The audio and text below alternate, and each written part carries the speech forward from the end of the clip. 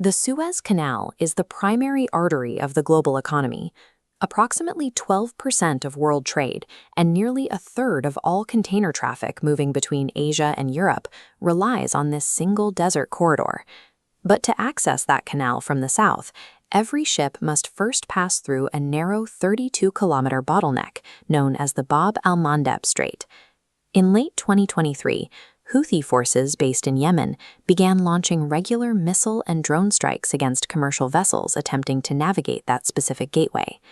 Because global maritime efficiency depends entirely on this tiny stretch of water remaining open, compromising it sends immediate shocks through the stability of the entire global economy. Commercial vessels abandoned the Red Sea because the route's financial viability had disintegrated. This chart shows the rising cost of maritime insurance. As the attacks escalated, war risk premiums spiked to 1% of a cargo's total value, instantly destroying standard profit margins. Multinational naval task forces, including the U.S.-led Operation Prosperity Guardian, deployed to provide a security screen. Even with heavy military protection, the route remained too volatile to lower insurance premiums or guarantee safe passage. Faced with uninsurable costs, the world's top 4 shipping companies, who control 53% of the market, completely pulled their fleets and suspended their services in the area. Modern trade routes are ultimately dictated by corporate risk algorithms and insurance ledgers, rather than navigable waters or simple military presence. With the Suez route closed, the global shipping fleet was forced to take the only viable alternative, sailing entirely around the southern tip of Africa. This map illustrates the raw logistical penalty of the detour. Bypassing the continent adds between 3,000 and 3,500 nautical miles to a standard Asia to Europe voyage. That extra distance translates directly into time, adding 10 to 14 days of travel to every single trip.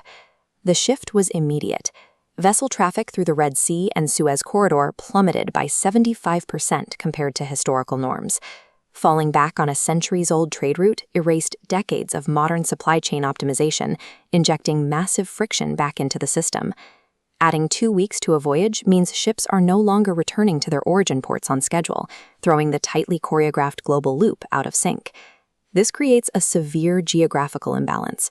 Containers pile up in European ports, while Chinese factories wait for them. To maintain their main schedules, ocean carriers cannibalize vessels from smaller routes in Latin America and Africa to fill the gaps on the major lanes.